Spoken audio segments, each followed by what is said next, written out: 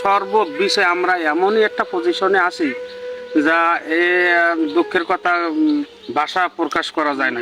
এই কলাছাড়া নিয়ে আরো পিছন থেকে 1 কিলোমিটার দূর থেকে হাঁটিয়ে আইছে, আরো সামনে প্রায় 1.5 কিলোমিটার হাঁটিয়ে যেতে হবে। হাঁটু সমান ফেরির ভিতরে বাজারঘাট নিয়ে চলাফেরা করতে আছি। কৃষি ক্ষেত কামারে আমরা কাজ করি, আর লইয়ে বাজারঘাটে যাইতে পারি না। দর্শক, আপনারা দেখতে পাচ্ছেন সোনাতলা ওয়ার্ডে এক মুমূর্ষু রোগীকে সাঙে করে খুব কষ্ট করে নিয়ে যাওয়া হচ্ছে।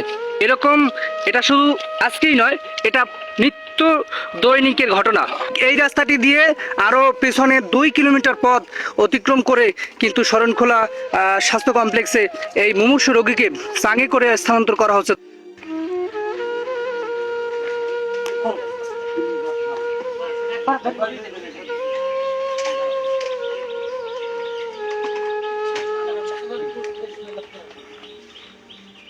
আমরা 3 কিলোমিটার হেঁটে তারপর নিয়ে এসেছি রোগী। একটা গর্ভবতী মহিলাদের আনতে পারি না, আমাদের এত কষ্ট, আমাদের কষ্ট দেখার মতো কোনো লোক নাই।